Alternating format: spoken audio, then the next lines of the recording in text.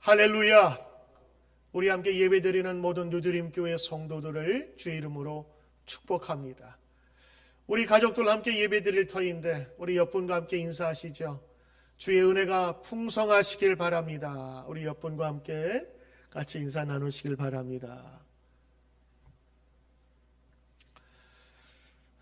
하나님이 어떤 분이신가?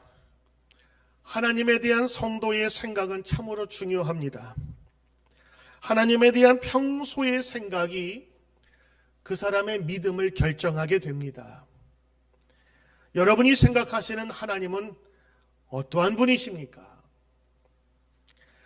하나님은 구원의 하나님이십니다. 성경의 역사는 구원의 역사입니다.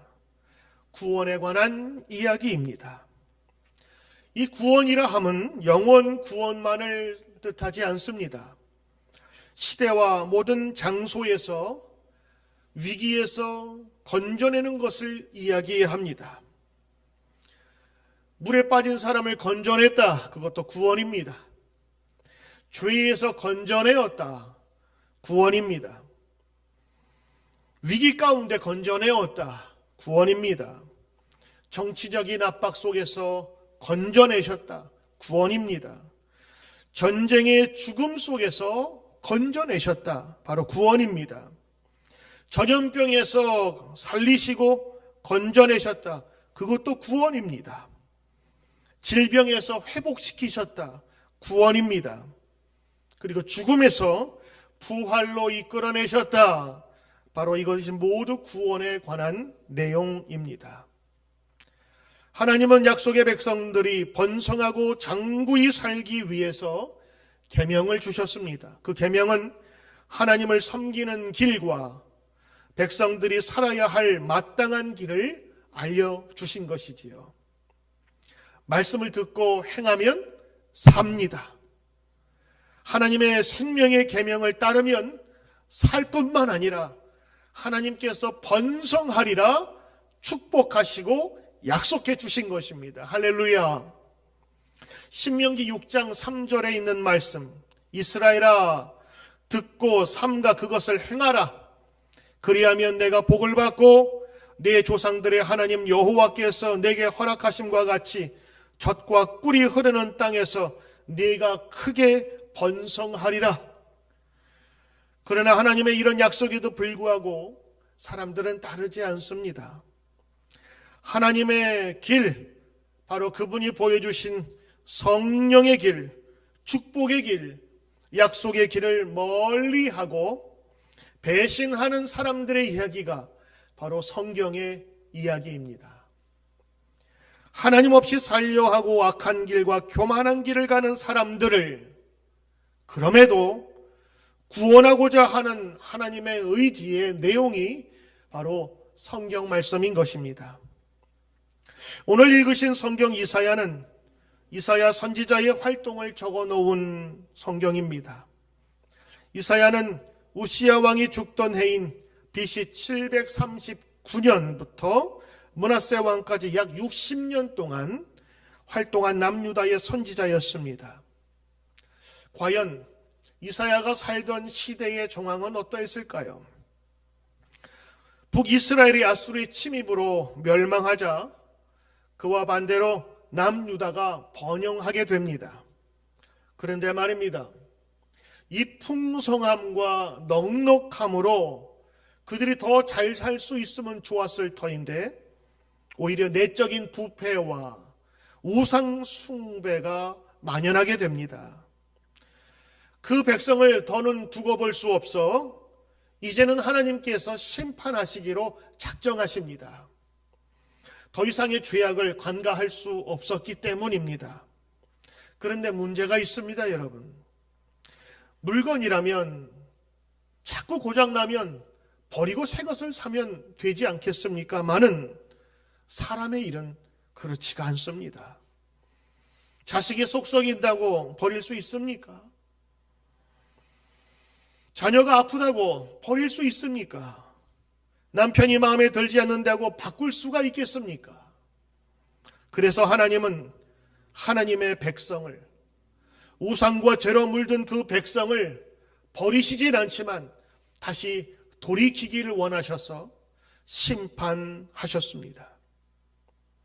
심판하신 그 결과는 그의 나라가 패망하는 것이었습니다.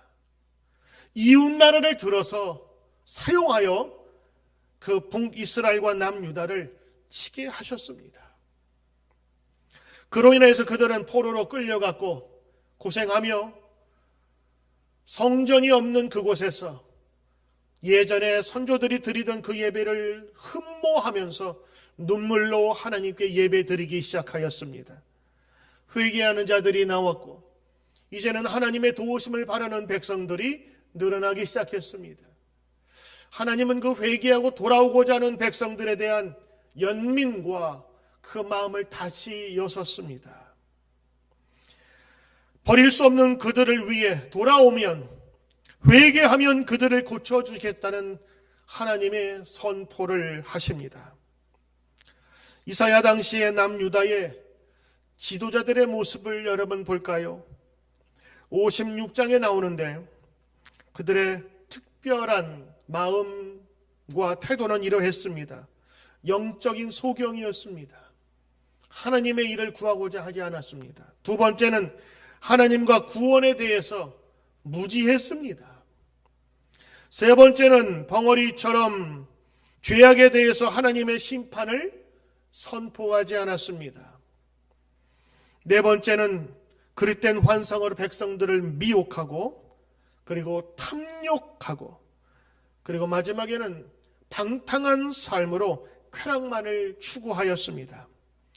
지도자가 그러니 백성들도 마찬가지였습니다. 유다 백성들도 영적으로 타락했습니다. 곧 이어서 나오는 57장 1절부터 10절은 그 자세한 내용들을 적어 놓았습니다. 그인들은 의인의 죽음에 대해서 무관심했습니다. 정의가 사라진 것입니다. 그리고 그들은 우상 숭배하였습니다.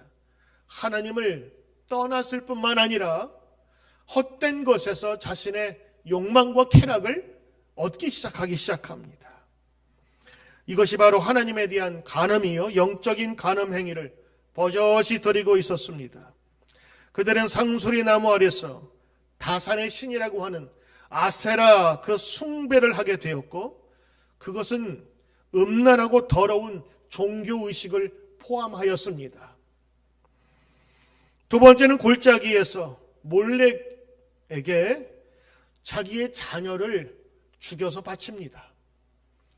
자기 가문이 살고 자기 가문이 잘 되기 위해서 자식들을 죽여서 제물로 바치는 그런 일들을 허스름없이 하게 됩니다.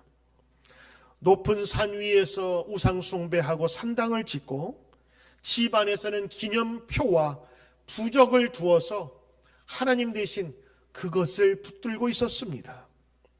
위에서 아래까지 총체적으로 부패했습니다. 썩어버렸습니다. 이렇게 이스라엘 백성들은 하나님이 싫어하시는 음란에 쩔어있는 영적 음란의 상태로 브레이크 없이 치달아 버렸다는 것이 바로 57장의 고발입니다. 결국 하나님은 타락한 유대에게 심판을 선포하시며 남유다는 결국 BC 587년에 바벨론에 의해서 멸망을 당하게 됩니다. 그러나 자신의 죄를 뉘우치고 하나님을 부르는 그 백성들을 그냥 둘 수 없었습니다. 그것이 바로 하나님의 마음이십니다. 이제 하나님이 다시 그들에게 은총을 베푸십니다. 그들이 오랫동안 노예 생활을 하면서 하나님에 대한 그리움과 자신의 잘못들을 뉘우쳤기 때문입니다. 그래서 다시 한번 기회를 허락하시지요.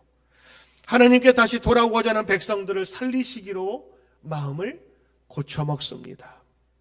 바로 택한 자를 고치시는 하나님에 대한 이야기가 여러분 14절부터 21절까지의 전체적인 이야기입니다.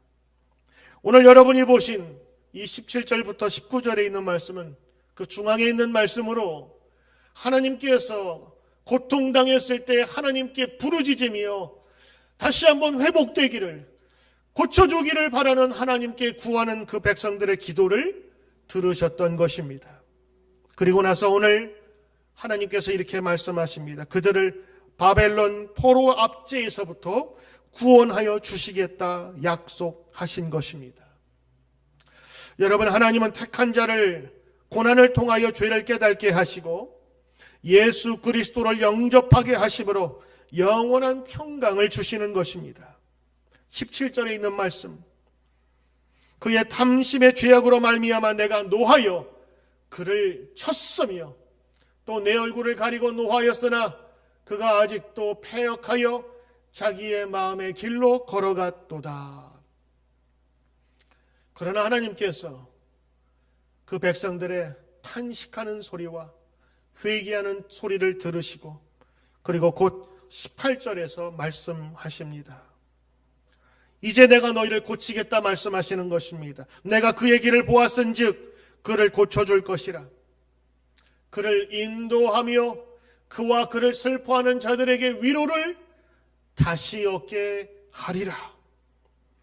파멸의 길, 죽을 길을 가는 이스라엘 백성을 보시고 그를 고쳐줄 것이라 약속하신 것입니다. 이 약속은 역사를 통해서 이루실 하나님의 열심을 말하고 있는 것입니다. 사랑하는 성도 여러분, 끝난 것이 끝난 게 아닙니다. 하나님의 백성은 다시 시작하는 새로운 힘을 하나님께 받는 것입니다. 19절 다시 한번 말씀하십니다. 위로할 뿐만 아니라 하나님께서 약속을 더하십니다. 입술의 열매를 창조하는 자 여호와가 말하노라. 먼 데 있는 자든지 가까운 데 있는 자에게든지 평강이 있을지어다. 평강이 있을지어다. 내가 그를 고치리라. 내가 그를 고치리라. 내가 그를 고치리라. 오늘 이 말씀을 우리가 들으면서 나에게도 들려지길 여러분 기도하셔야 됩니다. 하나님, 나를 고쳐주소서. 우리 가정을 고쳐주소서. 이 나라를 고쳐주소서. 병들고 넘어진 수많은 영혼들을, 마음을, 심령을 주님 고쳐주시옵소서.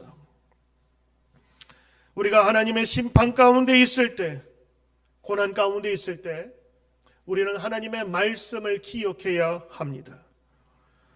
우리가 믿는 하나님은 우리가 회개할 때마다, 다시 돌이킬 때마다 우리를 회복시키는 하나님이십니다.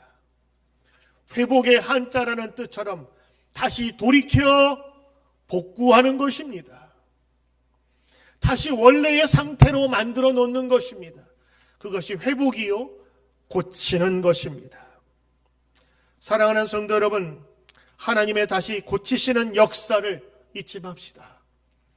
하나님께 돌아오는 백성들을 향한 하나님의 마음은 회복과 고치심과 싸매심입니다. 오늘 하나님께서 이 구약의 유대 역사뿐만 아니라 오늘 영적인 아브라함의 자손으로 우리를 부르심으로 구원의 역사를 이루시기 위해서 예수 그리스도를 우리에게 보내주셨습니다. 신약 성경에 나타난 하나님의 아들 예수님은 그 하나님의 모습과 꼭 닮았습니다. 요한복음 12장 47절에 보니까 내가 세상에 온 것은 세상을 심판하려 함이 아니요 세상을 구원하려 함이로다. 심판이 아니라 구원이라고 말씀하십니다. 그렇습니다. 예수님은 이 세상을 구원하시기 위해서 세상에 오신 것입니다. 이 구원의 역사는 예수님의 아주 구체적인 모습이셨습니다. 병자를 고치셨습니다. 치료하시는 예수님, 바로 고치시는 예수님, 바로 구약에 나타난 하나님의 마음을 꼭 닮은 하나님의 아들이 이 세상에 오셔서 한 일이었습니다. 예수님의 치료는 특징이 있습니다. 육체적으로 병든 사람만 고친 것이 아니었습니다.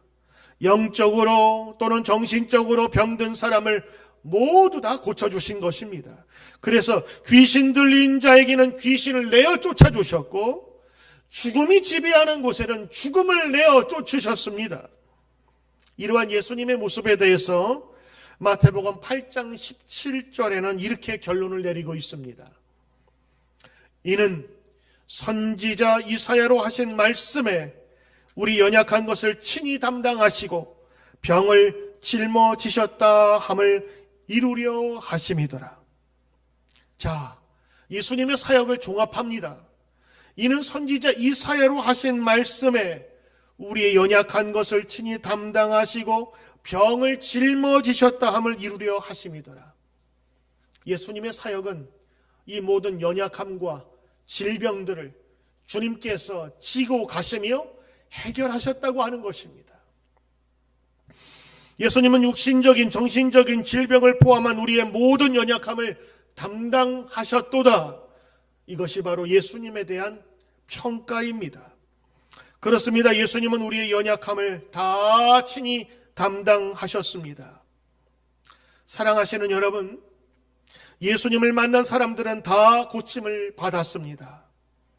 병든 사람은 병을 낳았고 귀신 들린 사람은 귀신이 쫓겨갔으며 인생의 문제에 봉착해 있던 사람은 다 그 문제를 해결받게 됩니다. 그래서 수많은 사람들이 그 당시에 예수님을 만나기 위해서 몰려들었습니다. 예수님은 치료자이셨고 예수님은 싸매시며 고쳐주신 분이신 것입니다.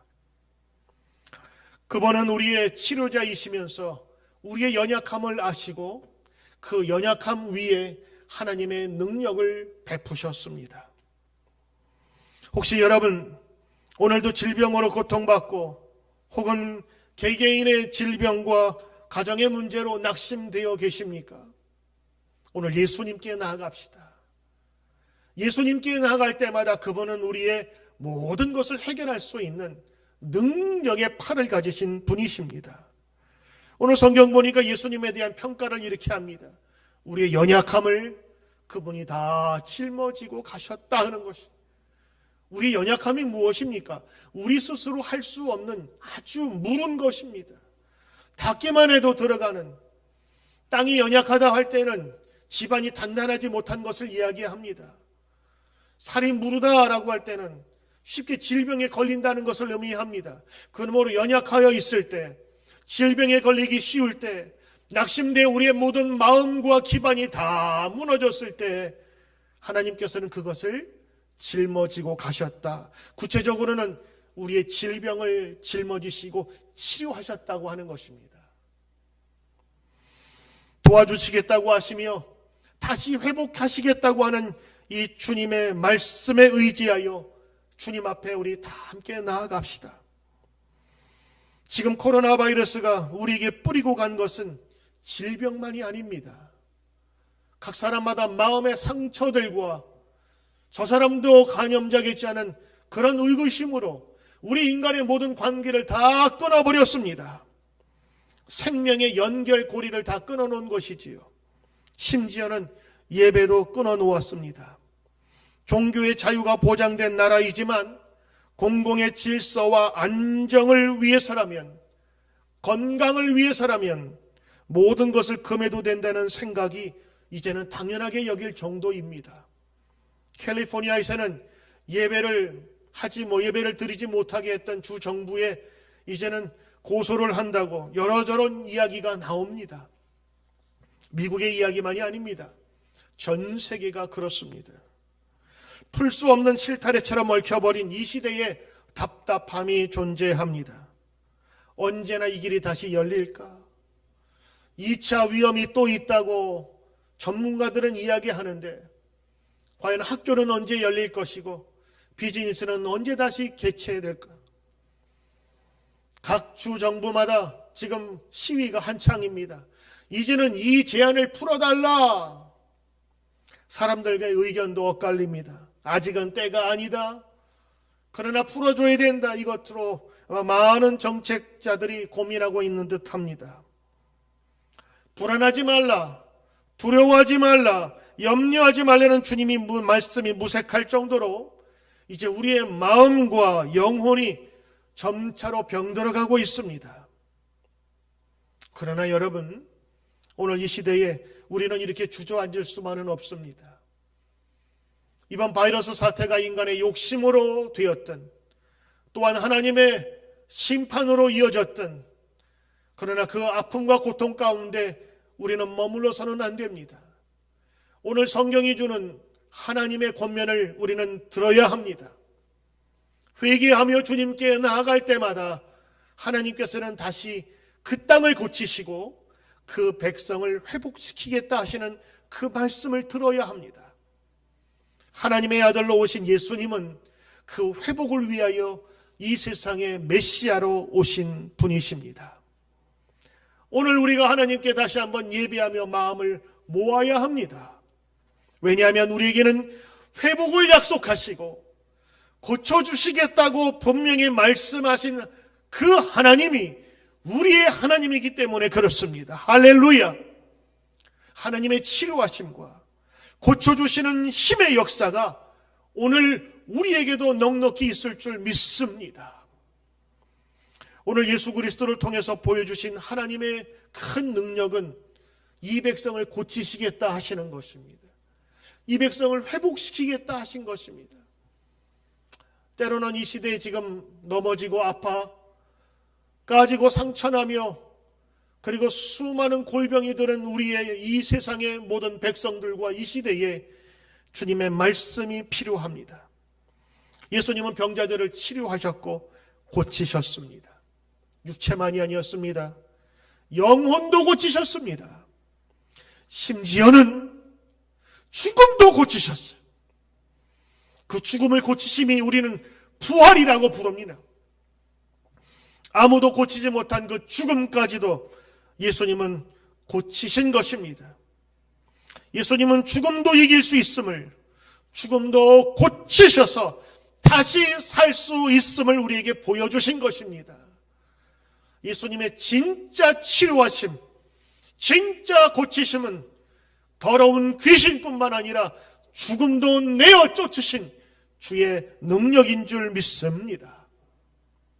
치료자 하나님, 고쳐주시는 하나님, 그리고 이 시대의 메시아 구원자로서 오셔서 사람들과 그 시대를 치료해 주시고 고쳐주신 예수님의 약속과 능력이 오늘 우리 시대에 넉넉히 나타나도록 믿으며 찬양하시길 주의 이름으로 축복합니다.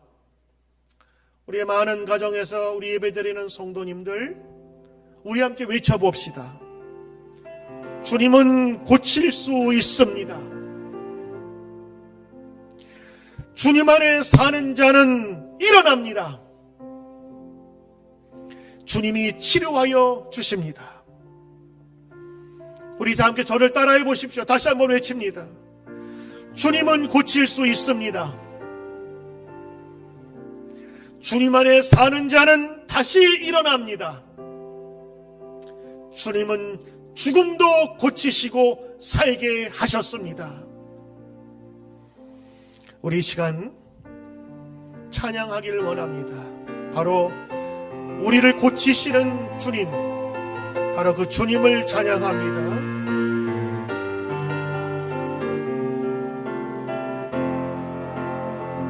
1절만 합니다. 마음이 상한 자를 고치시는 주님, 하늘의 아버지 날 주관하소서. 주의 길로 인도하사 자유케 하소서. 새 일을 행하사 부흥케 하소서. 의에 들고 목이 마르니 성령의 기름 부소서. 의에 들고 목이 마르니 내 잔을 채워주소서. 우리 이 시간 다 함께 기도합니다. 하나님, 이 땅을 고치소서. 우리의 영혼을 고치소서. 상하고 다친 우리의 모든 심령을 고치소서. 하나님, 우리의 어둠 속의 영혼을 고쳐주소서. 우리의 두려움의 질병을 고쳐주소서. 우리의 소망 없음을 고쳐주소서. 죽음까지도 이기시고 생명으로 회복하신 예수님의 능력이 우리 가운데 있음을 알게 하옵소서. 예수님의 이름으로 기도드립니다. 아멘.